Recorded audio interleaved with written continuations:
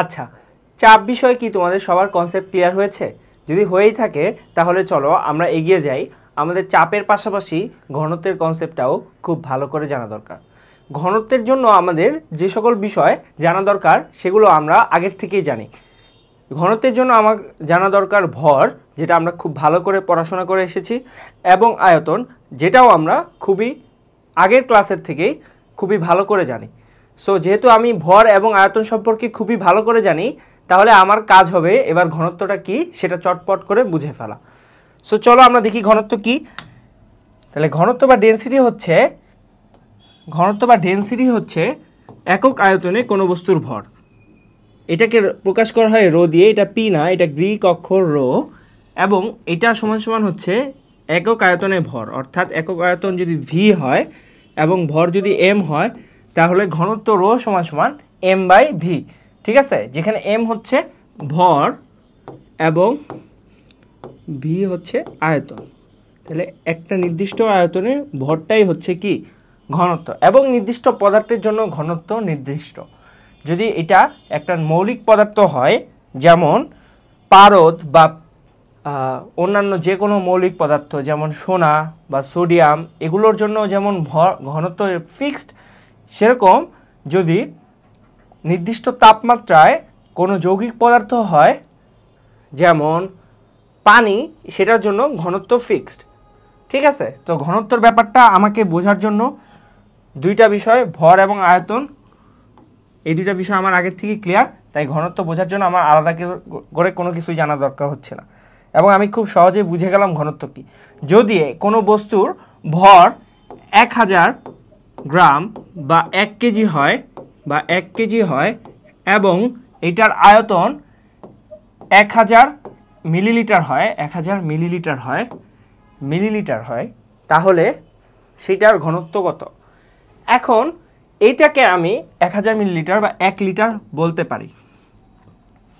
তাহলে এইটা যেহেতু ভি এবং এম যেহেতু 1000 গ্রাম বা 1 কেজি, তাহলে আমি রো সমান সমান লিখতে পারি কি? আমি রো সমান সমান এম বাই ভি। এম আমাকে দেওয়া আছে কত? 1 কেজি, এবং ভি দেওয়া আছে কত? 1 লিটার। এটাকে আমি লিখি 1 কেজি পার লিটার। তাহলে এখানে ঘনত্বের একক কত আসতেছে?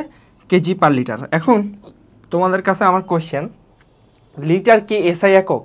লিটার তো এসআই একক না। যেহেতু লিটার এসআই একক না, তাই এটাও কিন্তু ঘনত্বের এসআই একক না। ঘনত্বের এসআই একক আমরা বের করব পরে, কিন্তু আমরা আগে জেনে নেই যে এইখানে যে ঘনত্বের এককটা আছে এটা কিন্তু এসআই একক না।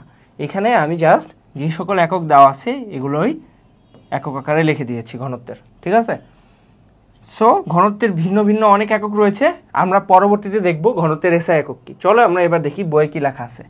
তরল এবং বায়বীয় পদার্থের চাপ বোঝার আগে আমাদের ঘনত্ব সম্পর্কে ধারণাটি অনেক স্পষ্ট থাকা দরকার। অর্থাৎ ঘনত্ব কি সেটা আমি খুব ভালো করে আগে বুঝবো।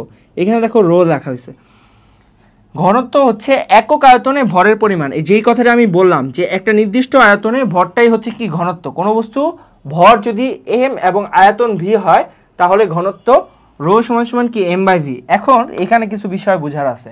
দেখো রো বা ঘনত্ব এটা সমান সমান এম বাই ভি।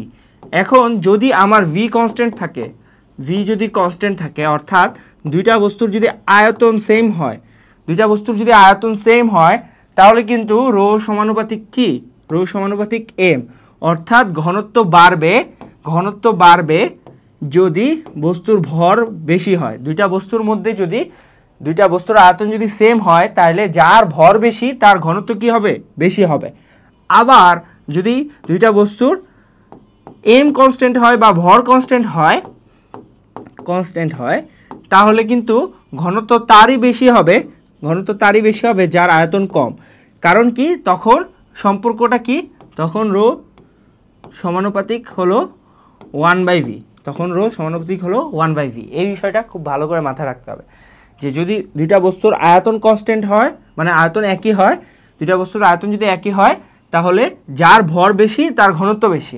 আবার দুইটা বস্তুর যদি ভর একই হয়, তাহলে যার আয়তন কম তার ঘনত্ব বেশি, ঠিক আছে? এটা নিয়ে আর কোনো কনফিউশন থাকা যাবে না। আচ্ছা, এখন ঘনত্বের একক দেখো, এখানে দুইটা এককের কথা বলছে, একটা হলো কেজি পার মিটার কিউব, একটা হলো গ্রাম পার সেন্টিমিটার কিউব, ঠিক আছে? এখন আমি দেখব যে ঘনত্বের এসআই এককটা আসলে কি হয়। এখন দেখো, আমি জানি ঘনত্ব রো সমান সমান কি এম বাই ভি। এখন এম এর এসআই একক কি জানি আমি ভাই?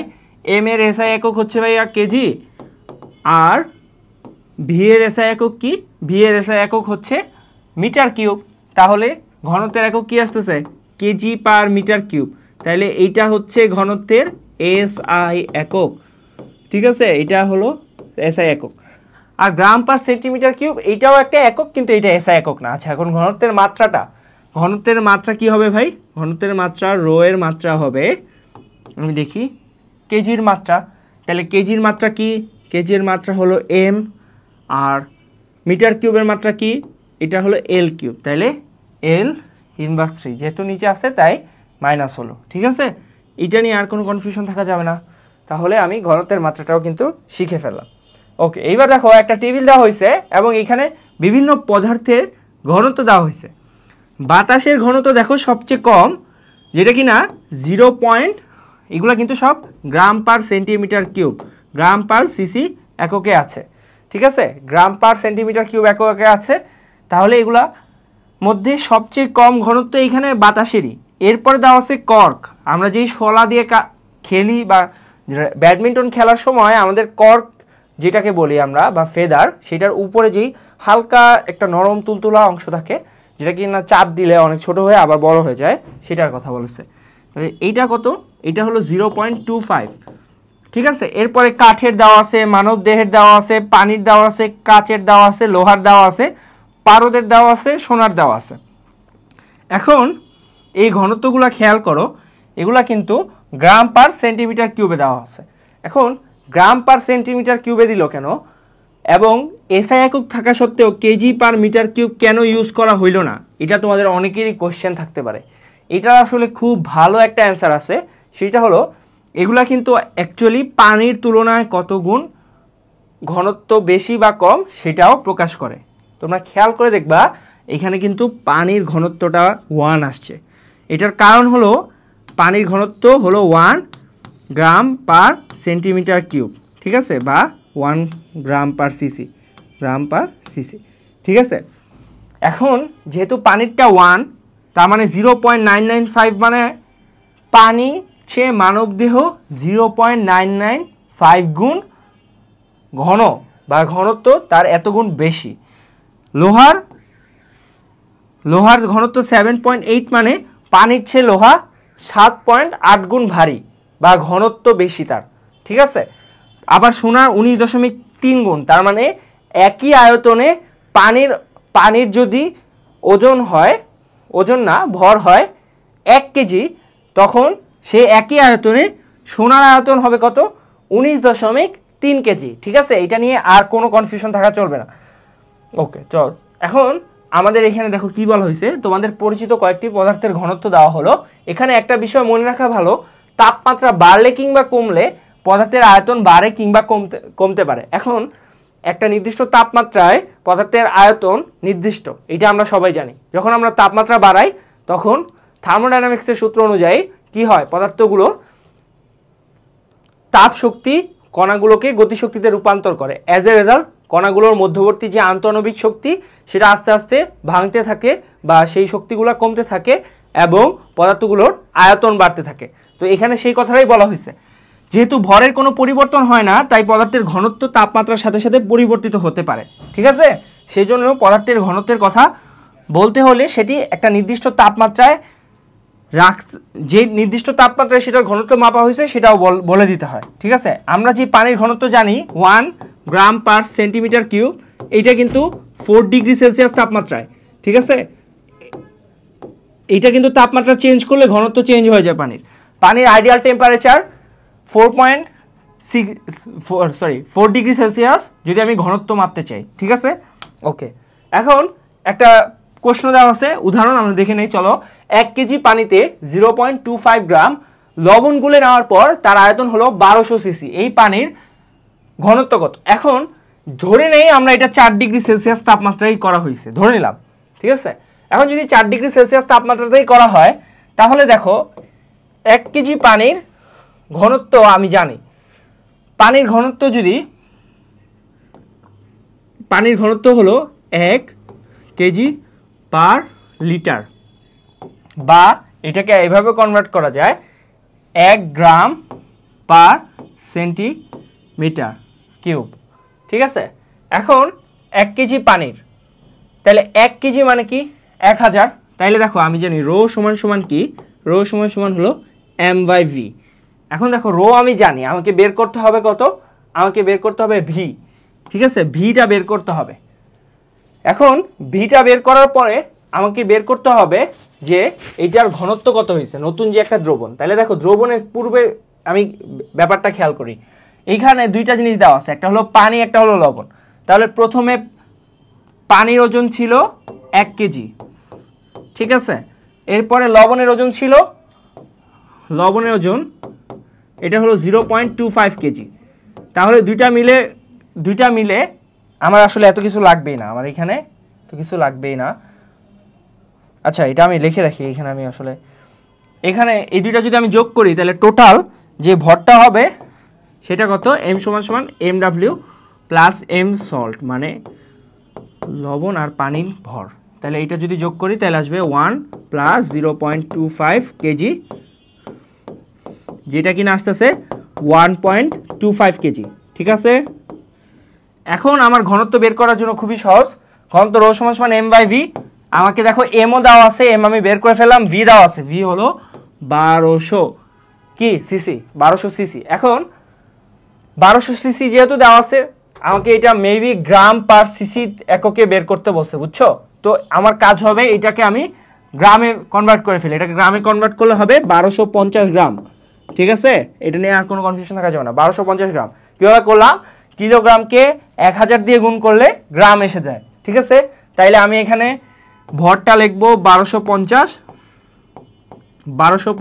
গ্রাম, এবং আমি আয়তনটা লিখবো 1200 সিসি। ঠিক আছে, 1200 সিসি। ওকে, এখন যদি এটা লিখি তাহলে কিন্তু আমার ঘনত্ব বের হয়ে যাচ্ছে। তোমরা সবাই কমেন্ট করে আমাকে জানাও যে এখানে ঘনত্বটা কত আসতেছে, আমি তোমাদের সবার সাথে অ্যান্সার মিলাবো। সো তোমরা কুইক ভিডিওটা পজ দাও, পজ দিয়ে কমেন্ট করে জানাও অ্যান্সার তোমাদের কত আসছে।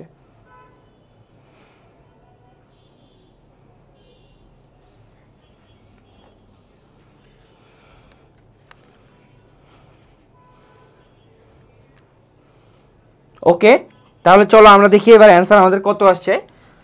আমাদের অ্যান্সার আসবে,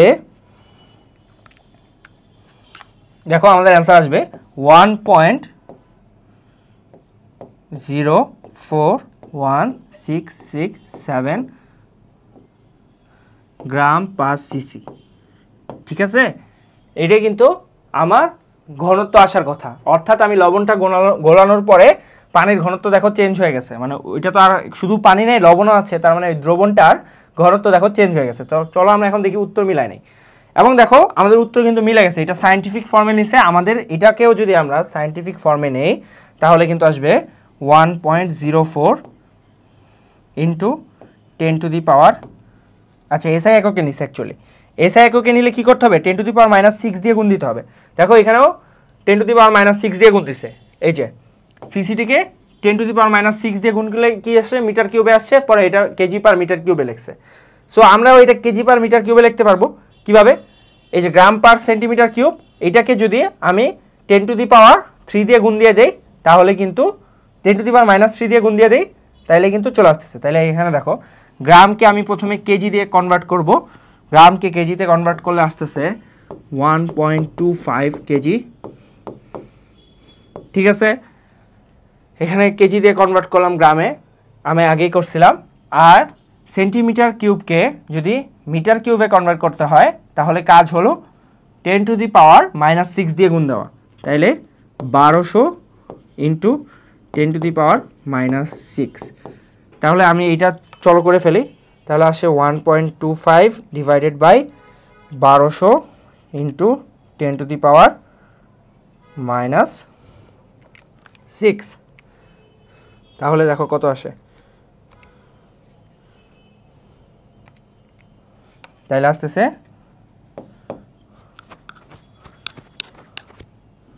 তাহলে আসতেছে 1.041 into 10⁻³ metre cube, KG per metre cube. ঠিক আছে, ওকে। তাহলে আমাদের এখন কাজ হবে পরবর্তীতে কি ম্যাথ দিছে সেটা দেখে নেওয়া। তো এটা কিন্তু আমাদের উত্তর মিলছে, আমরা মিলাইছি উত্তর। এখন পরবর্তীতে দেখো জর্ডানের ডেড সির কথা বলছে। এই ডেড সির কথা কিন্তু আমরা অনেকেই শুনছি। ডেড সিতে আমরা শুনছি যে কোনো কিছু ভাসতে মানে ডুবতে চাইলেও ডুবতে পারে না, অর্থাৎ কি এটার ঘনত্ব অনেক বেশি। এখন আমরা জানি নর্মালি লবণ বা পানির ঘনত্ব এরকমই থাকে 1.00 আশেপাশেই, কিন্তু দেখো এটা 1.25 ঘনত্ব, তার মানে প্রায় 24% বেশি ঘনত্ব। ঠিক আছে, যেহেতু ঘনত্ব বেশি তাই কি এটার মধ্যে চাইলেও ডুবা যাচ্ছে না। তো আমাকে বলছে যে এই সমুদ্রের 1 কেজি পানির সেটার আয়তন বের করতে। এখন দেখো এখানে আমাকে দেওয়া আছে রো, ঘনত্ব দেওয়া আছে, ঘনত্ব কত 1.24 KG per litre, 24 KG per litre. ঠিক আছে, এবং আমি আরও জানি আমাকে দেওয়া আছে এম সমান সমান দেওয়া আছে, এটা কি 1 কেজি। তাহলে আমাকে বের করতে হবে কি, আমাকে বের করতে হবে ভি, ভি সমান সমান ওয়াট। খুবই সহজ ম্যাথ, আমি জানি রো সমান সমান কি এম বাই ভি। ঠিক আছে, তাহলে এম দেওয়া আছে, রো দেওয়া আছে, আমাকে বের করতে হবে ভি, তাহলে ভি এই সাইডে আসবে এম বাই রো। ঠিক আছে, এম কত, এম দেওয়া আছে 1 কেজি, 1 কেজি, এবং রো দেওয়া আছে 1.24 KG per litre, KG per litre. তাইলে কিন্তু এইখানে অ্যান্সার আসবে লিটারে আসবে, অ্যান্সার কিন্তু আসবে লিটারে, লিটারে আসবে। এবং অ্যান্সারটা হবে, আমরা চলো করে ফেলি, এটাকে আমার 1/1.24 করলেই হয়ে যাচ্ছে। এটা আসতেছে 25/31 বা 0.0806 লিটার। এখন লিটারকে আমি জানি কেজিতে মিটার কিউবে কনভার্ট করা যায় 1000 দিলে ভাগ দিলে। ঠিক আছে, 1000 দিয়ে যদি আমি ভাগ দেই তাইলে কিন্তু আমি পেয়ে যাব। তাইলে এইটাকে যদি আমি 1000 দিয়ে ভাগ দেই ডিভাইডেড বাই 1000, তাহলে কিন্তু আমি মিটার কিউব পেয়ে যাচ্ছি। তাহলে এটা ডিভাইডেড বাই 1000 দেই, আমাকে দেখো কি আসতেছে, এই যে তাহলে আসতেছে 8.0606 ইন্টু 10⁻⁴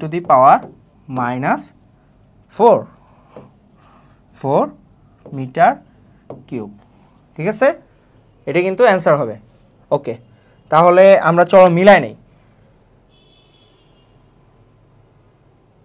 আচ্ছা, এখন দেখো এখানে 1 লিটার পানির, এখানে দেখো দেওয়া আছে 1000 সিসি, অর্থাৎ ঘনত্বটা আগে দেওয়া আছে, এটা তো আমরা আগেই বের করছি, এটা তো দেওয়াই আছে ঘনত্ব ডাইরেক্ট, ওরা আবার বের করছে। আচ্ছা, জাস্ট দেখাইছে। এখন আমাকে যেহেতু এসআই এককে বের করতে হবে কেজি পার মিটার কিউবে নিতে হবে, তাই এখানে আগে ঘনত্বকে কেজি পার মিটার কিউবে নিয়ে তারপরে ক্যালকুলেশন করছে, আমরা পরে করছি, কিন্তু অ্যান্সার আসছে 0.81 লিটার, আমাদের সাথে মিলে গেছে। দেখো আমাদেরও আসছে 0.1806, এটাকে কিন্তু অ্যাপ্রক্সিমেটলি 0.81 বলা যায়। ঠিক আছে, কোনো সমস্যা নাই। এবং এইটাকেও আমি যদি কনভার্ট করি তাহলে কিন্তু 8.1 ইন্টু 10⁻⁴ মিটার কিউব বলা যায়। ঠিক আছে, এইটা কিন্তু রাইট, এটা কোনো সমস্যা নাই।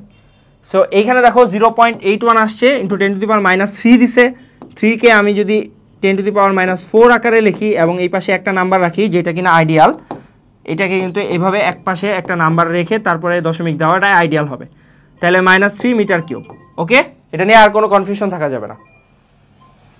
ওকে, তো এটা নিয়ে আর যদি কোনো কনফিউশন নাই থাকে তাহলে চলো আমরা পরের ম্যাথটা দেখি। পরের ম্যাথ নিউক্লিয়াসের ঘনত্বটা চাইছে, বলছে যে 1 চা চামচ নিউক্লিয়াসের ভর কত, এটা আমাকে জানাও। এখন নিউক্লিয়াসের ঘনত্ব এটা জানার আগে আমাকে জানতে হবে নিউক্লিয়াসের ভর কত এবং আয়তন কত।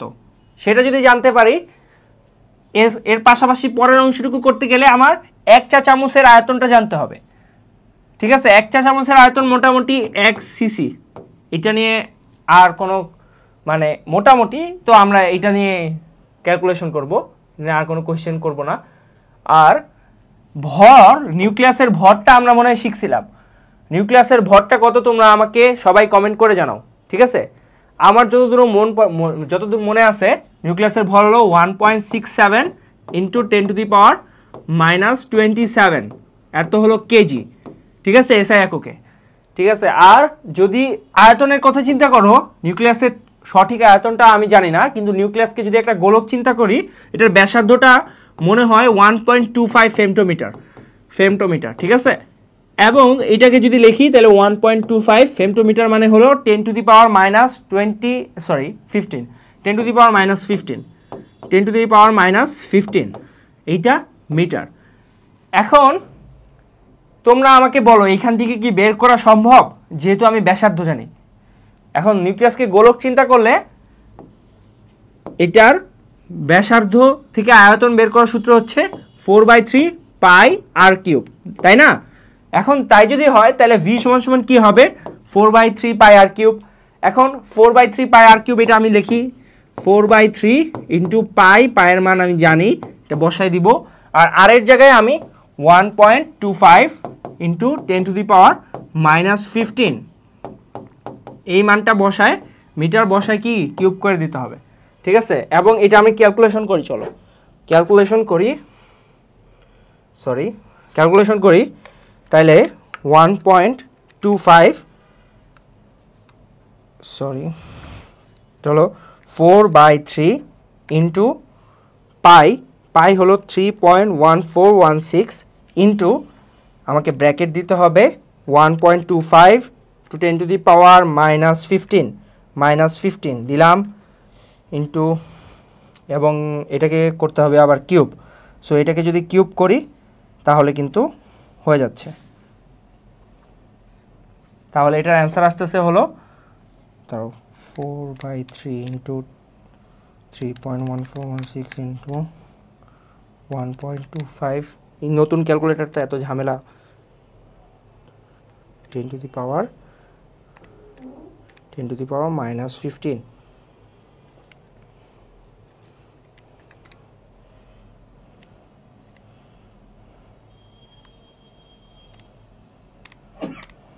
হ্যাঁ, এটার অ্যান্সার আসতেছে হলো 8.181 ইন্টু 10⁻⁻45 মিটার কিউব।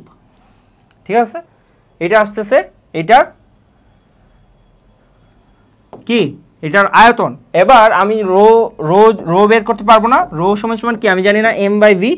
রো সমান সমান যদি m/v হয়, m তো আমি জানি, ভিও জেনে গেছি, তাহলে রো তো বের করা সহজ। তাহলে চলো আমরা বের করে ফেলি। এম কত? এম হলো 1.67 ইন্টু 10⁻⁻27, লেখো 1.67 ইন্টু 10⁻⁻27 লিখলাম। ঠিক আছে, বাই ভি। এবার ভি এর মানটা বসাও। ভি এর মান হলো 8.18 ইন্টু 10⁻⁻45। এটা যদি আমি ক্যালকুলেশন করি তাহলে কিন্তু হয়ে যাচ্ছে। এটা এখন ক্যালকুলেশন করব কিভাবে? এটার মানটা আগে স্টোর করতে হবে।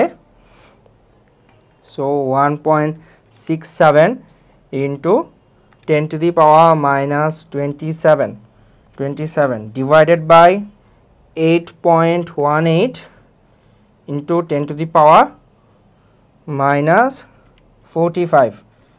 অ্যান্সার আসতেছে আমার হলো 2.04 ইন্টু 10⁻, তারাও কোথাও একটা গড়বড় হয়েছে।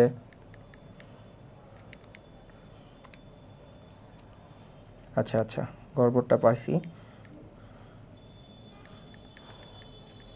এখানে ব্র্যাকেট দিতে দিইনি।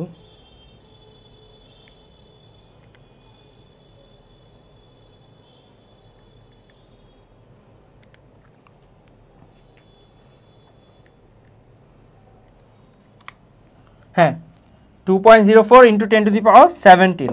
ঠিক আছে, তো এইখানে আর কোনো কনফিউশন থাকা যাবে না। অবশ্যই এই যে যারা নতুন মডেলের ক্যালকুলেটরটা ইউজ করতেছো 991CW, তারা কিন্তু ব্র্যাকেট না দিলে অ্যান্সার ভুল আসবে। আমার প্রথমে এইখান পর্যন্ত অ্যান্সার ঠিক থাকলে উপরে কিন্তু 10⁻⁻73 আসছে। আমি তো বলি যে এটা তো কখনোই সম্ভব না, নিউট্রনের ভর তো বা নিউক্লিয়াসের ভর তো অনেক বেশি, তাহলে এখানেও নিশ্চয়ই সমস্যা হচ্ছে।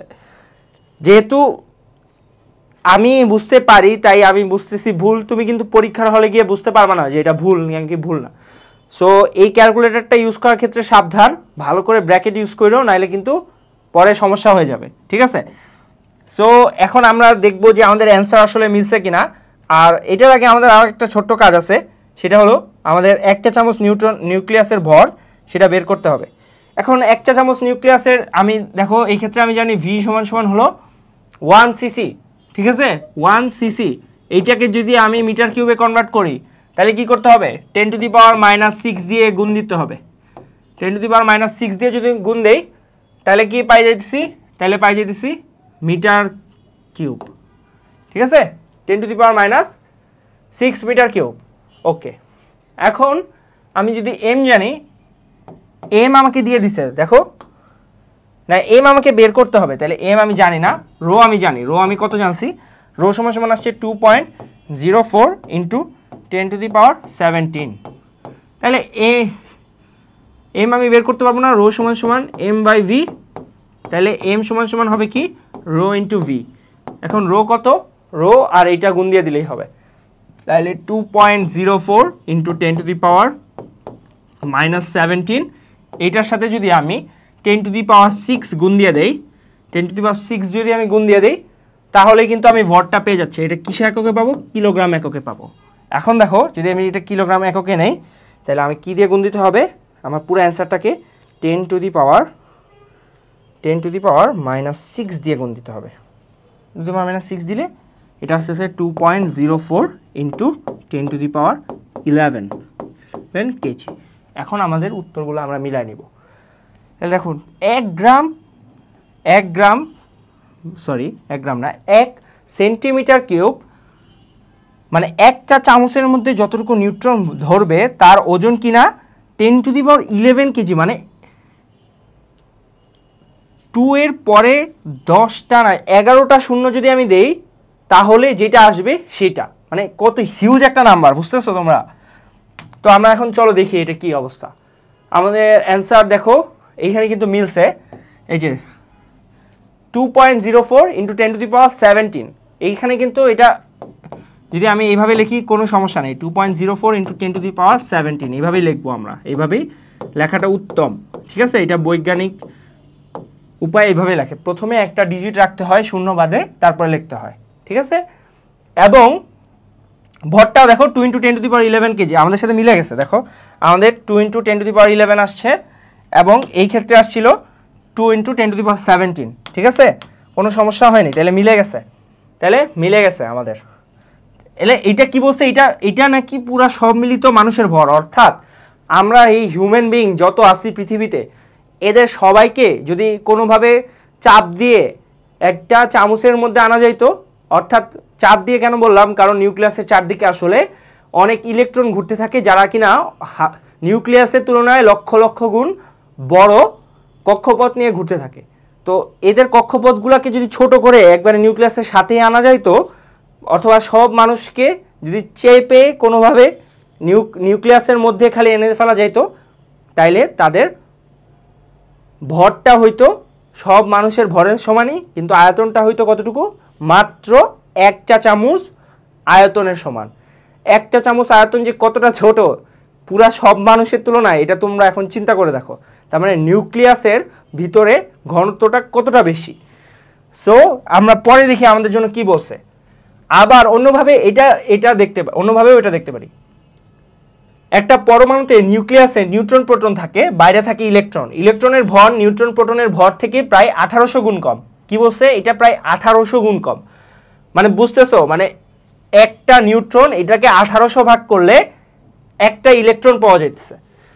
কাজেই যে কোনো জিনিসের ভরটা আসলে নিউক্লিয়াসের ভর, ঠিক আছে। তার মানে আমরা যত ভর পরিমাপ করি নিউট্রনের ভরটাকে আসলে বাদ দিতে পারি, ইলেকট্রনের ভরটাকে আসলে বাদ দিলেও কোনো সমস্যা হয় না, বাদ দেওয়া উচিত না, কিন্তু বাদ দিলে যে খুব বড় ক্ষতি হয়ে যাইতেছে এরকম না, ঠিক আছে।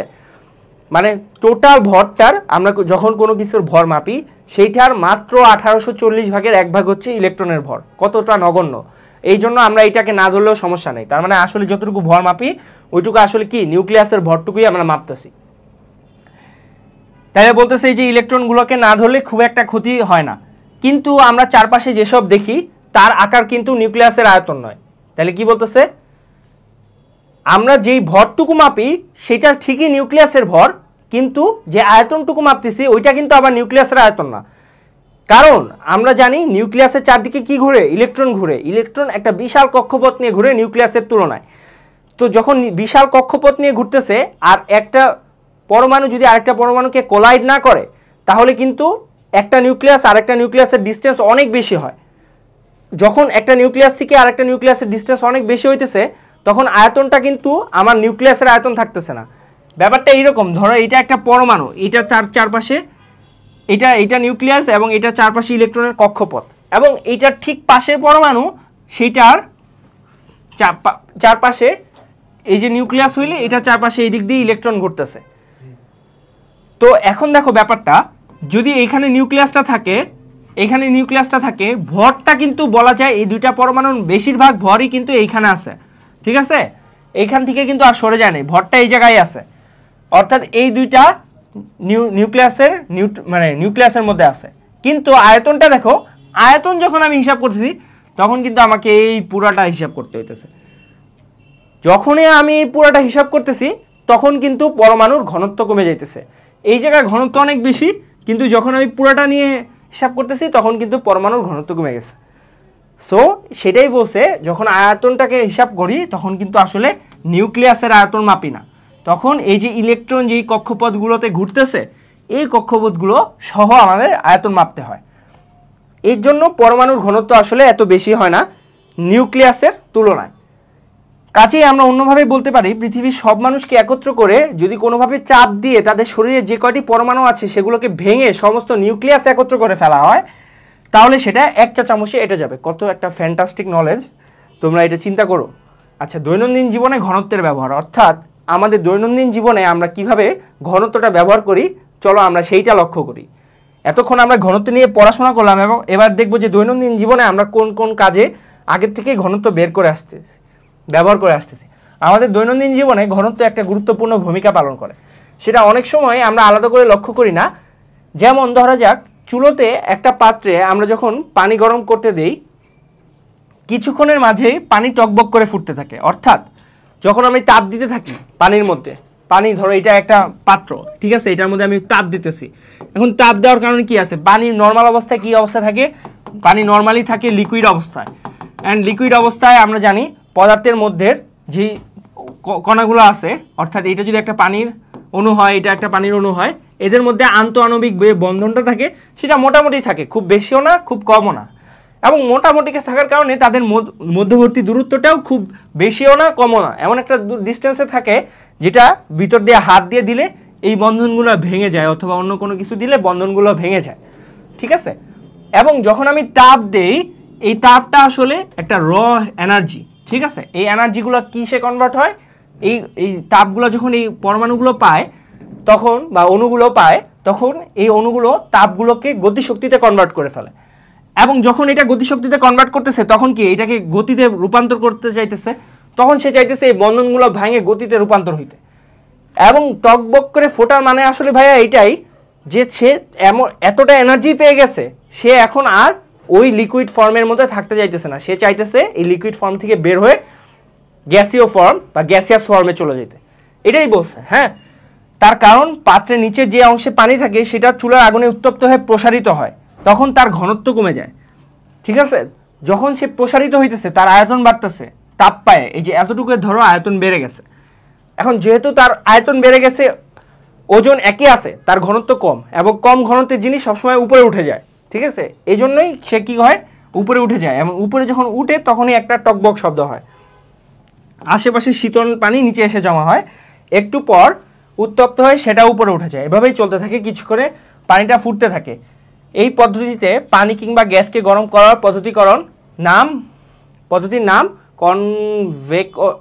কনভেকশন বা পরিচলন। যদি উত্তপ্ত করার পর পানির ঘনত্ব কমে না যেত তাহলে সেটি উপরে উঠে যেত না, এবং চুলার আগুনে শুধুমাত্র নিচের পানি গরম করতে পারতাম, পুরো পানি উত্তপ্ত করা সম্ভব হতো না। বুঝতে পারছো ব্যাপারটা? মানে যদি আসলে ঘনত্বটা না বেড়ে ঘনত্বটা না কমে যদি পানিটা উপরে না চলে যেত তাহলে কি হইতো, তাহলে কিন্তু আমার কি পানিটা কোনোভাবেই পুরাটা গরম করতে পারতাম না। সেই ক্ষেত্রে কি হইতো, নিচের পানিটা গরম হইতো এবং উপরের পানিটা ঠান্ডাই থেকে যেত। সো এটা খুবই একটা সহজ বিষয়। এবার আমরা দেখি এখানে কি বলছে। গ্রীষ্মকালের প্রচণ্ড রোদের মাঝে যারা পুকুরের পানিতে ঝাঁপ দিয়েছো তারা নিশ্চয়ই লক্ষ্য করেছো পুকুরের উপরের পানিটা উষ্ণ হলেও নিচের পানিটা শীতল। এখানে কি হয়েছে, এই যে পুকুরের পানি, এটা ধরো একটা পুকুর এবং এই পুকুরের মধ্যে অনেক পানি আছে, ঠিক আছে। এখন শীতকালে কি হয়েছে, শীতকালে পানি থাকবে ঠান্ডা, নর্মালি পানি ঠান্ডা থাকছে, কিন্তু সূর্য মামা যখন উঠছে সে তো তাপ দিতেছে। এখন খেয়াল করো এইগুলার পানি কিন্তু ঠান্ডা, এখানে পানি ঠান্ডা, কিন্তু তাপটা যখন আসতেছে তখন কি হয়, সূর্যের পানি একটা নির্দিষ্ট লেভেল পর্যন্ত সূর্যের তাপটা বা আলোটা পৌঁছায়, এরপরে কিন্তু আর সূর্যের তাপটা পৌঁছাইতে পারে না, বা আলোটা কম পৌঁছায়, অনেক কম পৌঁছায়, এবং একটা নির্দিষ্ট লেভেলে গেলে নিচে চলে গেলে সেটা আর পৌঁছায় না। পুকুরের ক্ষেত্রে আসলে পুরোপুরি নিচ পর্যন্ত পৌঁছায়, কিন্তু এটার পরিমাণ আস্তে আস্তে কমতে থাকে। সো অ্যাজ এ রেজাল্ট উপরে যেহেতু বেশি তাপ পৌঁছায় বা বেশি আলোর কণা পৌঁছায়, ফোটন বেশি পৌঁছায়, তাই উপরের পানিটা কিন্তু তুলনামূলকভাবে একটু গরম হয়। এবং যখনই আমরা নিচে যাইতে থাকবো পুকুরের, তখন দেখবো যে পানি আস্তে আস্তে কি হচ্ছে, ঠান্ডা হচ্ছে, আমাদের শীত লাগে। এটাই বলে এখানে তাপটুকু এসেছে উপর থেকে, এবং পানি গরম হওয়ার পর ঘনত্ব কমে গিয়ে উপরেই রয়ে গেছে। আরও একটা ব্যাপার যেটা আছে সেইটা হলো যে যেহেতু পানিটা উপরের গরম, উপরে যেহেতু গরম পানিটুকু আছে, সেই পানিটুকু কিন্তু আর নিচে যাবে না। কেন যাবে না? কারণ তাপ আমি উপর থেকেই দিছি ভাই, তাপ যেহেতু উপর থেকে দিছি তাই পানিও উপরেই থাকে যাচ্ছে, কারণ ঘনত্ব কমে গেছে, আর ঘনত্ব কমলে উপরে উঠে, কিন্তু এখানে তো আর উপরে ওঠার জায়গা নাই, এই জন্য পানিটা কি উপরেই থেকে গেছে, এটা আর নিচে নামে নেই। এর জন্য নিচের পানিটা তাপও পাচ্ছে না, আর উপরের পানিটা আস্তে আস্তে আরেকটু তাপ পাচ্ছে, আর একটু গরম হচ্ছে, উপরেই থেকে যাচ্ছে, এটাই বলছে, ঠিক আছে। বিভিন্ন অনুষ্ঠানে উদ্বোধনীতে আমরা বেলুন উড়াতে দেখেছি। এই বেলুনকে উড়ানোর জন্য তার ভেতর বাতাস থেকে হালকা কোনো গ্যাস ঢোকাতে হয়। এখন ব্যাপারটা আমি তোমাকে বোঝাই, ঘনত্ব কেন আমি পড়তেছি। এই যে দেখো, এই যে আমি একটা ইউজ কেস দেখলাম, এছাড়াও একটা ইউজ কেস আছে। মেইন কথা হলো যে যদি কোনো কিছুর ঘনত্ব একই পদার্থ ধরো এইখানে একটা পদার্থ আছে যেটা হলো কি পানি, এবং যদি কোনো কারণে এই অংশটুকুর পানির ঘনত্ব কমে যায়, যদি ঘনত্ব কমে তাহলে সেটা ডাইরেক্ট উপরের দিকে উঠে যাবে। এটা হলো বেসিক কনসেপ্ট যে কোনো পদার্থের ক্ষেত্রে, আমি পানি দিয়ে বুঝাইছি, যে কোনো পদার্থের ক্ষেত্রেই সত্যি, ঠিক আছে। সো এখন বেলুনের ঘনত্ব যদি আমরা সবাই বাতাসের মধ্যে আসি, তাহলে বেলুনের ঘনত্ব বা যে কোনো কিছুর ঘনত্ব যদি বাতাসের চেয়ে কম হয় তাহলে কি হবে, উপরে উঠে যাবে না বাতাসের? সেটাই বলছে, যদি বেলুনের ঘনত্ব বাতাসের চেয়ে কম হয়ে যায় তাহলে বেলুন উপরের দিকে উঠে যাবে। এখন বাতাসের চেয়ে কম কিভাবে বানাবো ঘনত্ব? যদি বাতাসের চেয়ে হালকা কোনো গ্যাস আমরা বেলুনের মধ্যে প্রবেশ করাই, তাহলেই কিন্তু আমার বেলুনের ঘনত্ব বাতাসের চেয়ে কম হচ্ছে, তখনই আমার বেলুন উড়ে যাবে। এটাই লেখছে, দেখো, হালকা কোনো গ্যাস ঢোকাতে হয়। নিরাপত্তার দিক থেকে বিবেচনা করা হলে সেটি নিষ্ক্রিয় হিলিয়াম গ্যাস দিয়ে ভরার কথা, কিন্তু হিলিয়াম গ্যাস তুলনামূলকভাবে অনেক ব্যয়বহুল বলে প্রায় সময় হাইড্রোজেন গ্যাস দিয়ে কাজটা সারা হয়, যেটি যথেষ্ট বিপজ্জনক। অর্থাৎ হিলিয়াম গ্যাস কেন বিপজ্জনক নয়? কারণ আমরা সবাই জানি হিলিয়াম হলো নিষ্ক্রিয় গ্যাস, এটা বিক্রিয়া করে না সহজে, এটা তাই হিলিয়াম গ্যাস দিয়ে ভরার কথা। হিলিয়ামের পারমাণবিক সংখ্যাও কম এবং ঘনত্বও তুলনামূলক কম, কিন্তু হিলিয়াম দিয়ে ভরা হচ্ছে না, হিলিয়ামের চেয়েও হালকা হাইড্রোজেন গ্যাস দিয়ে ভরা হইতেছে। কারণ হাইড্রোজেন গ্যাস দিয়ে ভরার সমস্যা হচ্ছে ভাই, হাইড্রোজেন গ্যাস অনেক রিঅ্যাক্টিভ, হাইড্রোজেন গ্যাস রিঅ্যাক্ট করার কথা, এবং এটা বাতাসের সংস্পর্শে মানে অন্যান্য জ্বালানির সাথে কাছে আসলে এবং তাপ পাইলে রিয়াকশন করার কথা। এই জন্য আমাদের আসলে উচিত না বেলুনের মধ্যে হাইড্রোজেন গ্যাস ভরা। জ্বালানি হিসেবে ব্যবহৃত মিথেন গ্যাস বাতাস থেকে হালকা বলে অনেক সময় এই গ্যাস দিয়েও বেলুন তৈরি করে ব্যবহার করা হয়, যেটি মানে সমান রকমের বিপজ্জনক। কেন? কারণ H2 বা হাইড্রোজেন এবং মিথেন দুইটা গ্যাসই আসলে কি ভাই, জ্বালানি, অর্থাৎ এগুলা আগুনের সংস্পর্শে আসলেই বিস্ফোরণ ঘটাবে। এই জন্য আমাদের কখনোই উচিত না যে এই সকল গ্যাস দিয়ে বেলুন পোড়ানো, ঠিক আছে। আমাদের উচিত হিলিয়াম গ্যাস ব্যবহার করা, কিন্তু এটা ব্যয়বহুল দেখে ইন্ডাস্ট্রিয়ালে এটা ইউজ করতেছে না। আমরা অনেক সময় ফানুস ওড়াতে দেখেছি। আচ্ছা, ফানুসের ব্যাপারটা একটু খেয়াল করো, ঠিক আছে। এই যে দেখো ফানুস, একটা ফানুস আঁকার চেষ্টা করি, এরকম একটা সিলিন্ডার শেপেই থাকে, এবং তোমরা যারা ফানুস উড়াইছো তোমরা জানো ঠিক এই জায়গায় এইখানে একটা মোমবাতি দিয়ে দেয়, রাইট। এবং ফানুসের চারপাশে কিন্তু এইখানে এইগুলা কিন্তু একবারে বদ্ধ থাকে, হ্যাঁ, মানে আবরণ, এবং এই জায়গাটা খোলা থাকে, এই জায়গাটুকু খোলা থাকে। এখন তুই চিন্তা করে দেখো, ফানুসের মধ্যে কিন্তু আলাদা কিছু থাকে না, খালি বাতাস থাকে, হ্যাঁ, এখন বাতাস থাকে।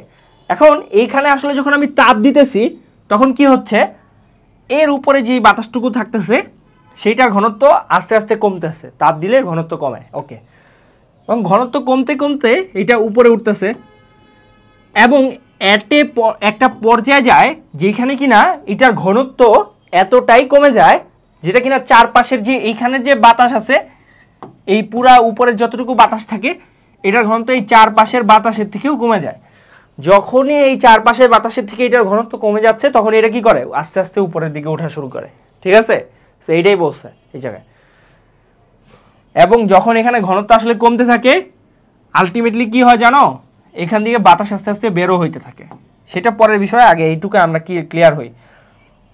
এখানে দেখো কি লেখছে, ফানুসের নিচে একটা আগুন জ্বালানো হয়, সেটি ফানুসকে আলোকোজ্জ্বল করার সাথে সাথে ভেতরের বাতাসকে উত্তপ্ত করে হালকা করে উপরের দিকে উঠে নেওয়া যায়। এই কথাটাই বলছে, আমি তোমাদের দেখাই দিলাম ফানুসের ব্যাপারটা। একটি ডিম ভালো না পচা সেটি ইচ্ছা করলে পানিতে ডুবিয়ে বের করা যায়। যথেষ্ট পচা হলে তার ঘনত্ব পানি থেকে কম হবে এবং সেটি বেশি উঠবে। অর্থাৎ আমরা যখন পচা ডিম চেক দেই, আমরা যতটুকু চেক দেই আমাদের আম্মুরা বেশি চেক দেয়। দেখবা আম্মুরা কি করেন, একটা পাত্র নেয়, পাত্র নিয়ে ডিমগুলোকে যখন মানে তখন খেয়াল করেন ওনারা যে কোনো ডিম পানির থেকে ভেসে উঠতেছে কিনা। যখনই দেখতেছেন যে কোনো ডিম পানি থেকে ভেসে উঠছে তখনই তারা বুঝতে পারতেছেন যে এই ডিমটা আসলে পচা, কারণ আমরা জানি পচা ডিমের ঘনত্ব পানির চেয়ে কম, এর জন্য পানিতে বেশি উঠতেছে, এবং নর্মাল ডিমের ঘনত্ব কি পানির থেকে বেশি, এই জন্য পানিতে ডুবে যাচ্ছে, ঠিক আছে? ওকে, সো আমরা মোটামুটি আমাদের ঘনত্ব নিয়ে যত রকমের কনফিউশন ছিল আমাদের কিন্তু সব ক্লিয়ার হয়ে গেছে। আমরা ম্যাথ করছি, ম্যাথে কিন্তু সব মোটামুটি সমাধান হয়ে গেছে। এবং আরও একটা ইম্পর্টেন্ট ব্যাপার, সেটা হলো আমাদের দৈনন্দিন জীবনে আমরা যে ঘনত্বগুলো দেখছি এগুলা কিন্তু আমরা রিলেট করছি এবং ম্যাথমেটিক্যালি ফিজিক্যালি চিন্তা করছি কি হয়েছে, এবং সেই অনুযায়ী এখন থিঙ্ক করতে পারতেছি। সো আমাদের চারপাশে এখন ঘনত্বের ব্যাপারগুলো দেখলে আমরা ভয় পাবো না। বোতলে বিভিন্ন জিনিসের ঘনত্ব লেখা থাকে, ওইগুলো দেখলেও ভয় পাবো না, ভয় পাওয়ার কিছু নাই। আমরা এখন কিন্তু খুব ভালো করেই বুঝতে পারবো যে ঘনত্ব কী জিনিস। সো ঘনত্ব কি সেটা আমরা সবাই ভালো করে জানছি। এখন তোমাদের নেক্সট সেশনের আমন্ত্রণ জানিয়ে আমি আজকের মতো বিদায় নিচ্ছি। আল্লাহ হাফেজ।